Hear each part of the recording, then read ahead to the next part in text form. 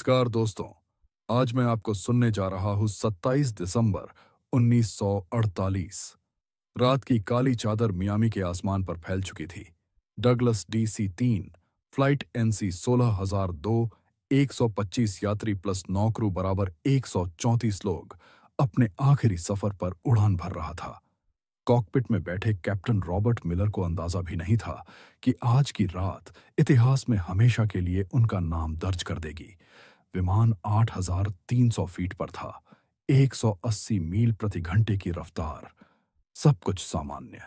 लेकिन 8:13 पर अचानक रेडियो में एक अजीब सी खड़खड़ाहट भर गई। कैप्टन मिलर ने ATC से कहा, हम एक छोटी तकनीकी दिक्कत फेस कर रहे हैं। और उसी के 10 सेकंड बाद विमान रडार से गायब, बरमूडा ट्रायंगल के बिल्कुल बीच से। और वो आखिरी बार किसी ने इस विमान के बारे में सुना। तूफान का दानव विमान के अंदर सब सामान्य था, तभी हवा का दबाव अचानक बदलने लगा। सीट बेल्ट की लाइट जल उठी। यात्री घबराने लगे। अचानक सामने काले बादल नहीं, बल्कि एक घूमता हुआ खतरनाक बवंडर खड़ा था, जैसे समुद्र और आसमान मिलकर कोई दैत्य बना रहे हों। विमान बिना चेतावनी तूफान में घुस चुका था। कंपास, रेडार, ऑटो पायलट सब बंद। विमान अब अपने आप नहीं उड़ रहा था, तूफान उसे उड़ा रहा था। मौत से टक्कर लगभग 30 मिनट तक विमान तूफान में फंसा रहा। लोग रो रहे थे, प्रार्थना कर रहे थे, कई बेहोश हो गए। फिर अचानक तूफान खत्म और सामने एक अजनबी द्वीप। विमान तेजी से नीचे गिर रहा था।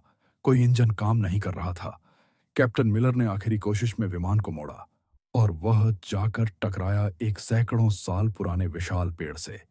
पेड़ की मोटी डालियों ने विमान को निगल लिया, जैसे किसी ने उनके नीचे कुशन रख दिया हो।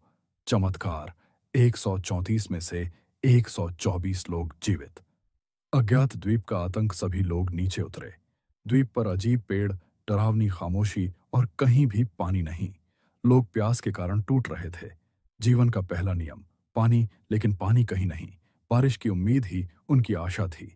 पहली मौत खाना बेहद कम था। एक अधेड़ शख्स ने एक अनजान फल खा लिया।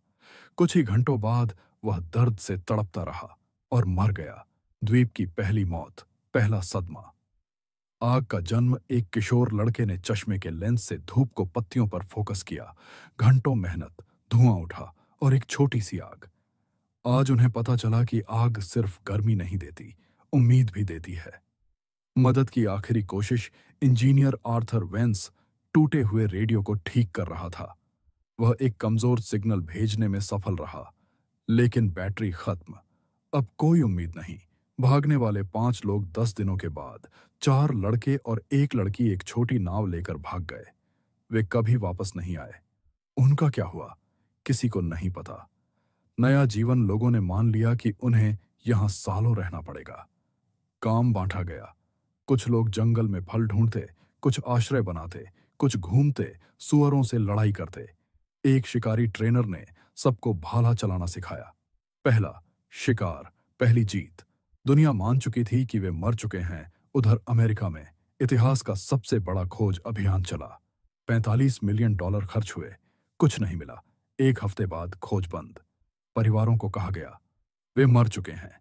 द्वीप पर जीवन और मौत। 6 महीने, 1 साल, 2 साल। बीमारी, तनाव और निराशा ने कई लोगों को छीन लिया। 114 लोग बच रहे थे।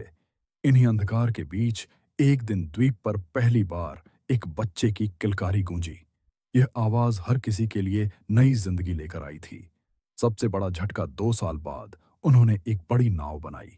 25 लोग निकल पड़े मदद लाने, लेकिन समुद्र ने फिर धोखा दिया। तूफान आया, नाव पलट गई, 16 लोग मारे गए। अब सिर्फ 98 बचे। साल बाद 2 गुट भोजन कम, तनाव ज्यादा। लोग 2 गुटों में बंट गए।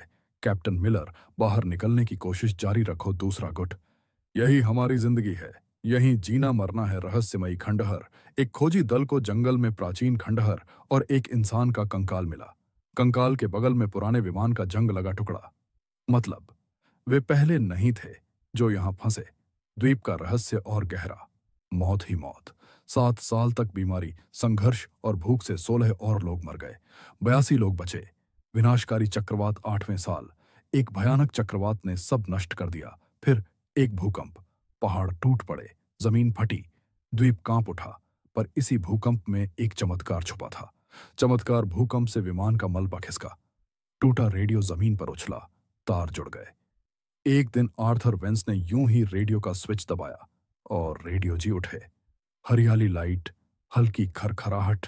आर्थर ने चीखते हुए कहा, मेडे, हम जिंदा हैं। 9 साल से दुनिया हिल गई। मियामी एटीसी ने पहले इसे मजाक समझा, फिर जब उन्होंने उड़ान नंबर, तारीख और सबूत दिए, कंट्रोल रूम सन्न रह गया।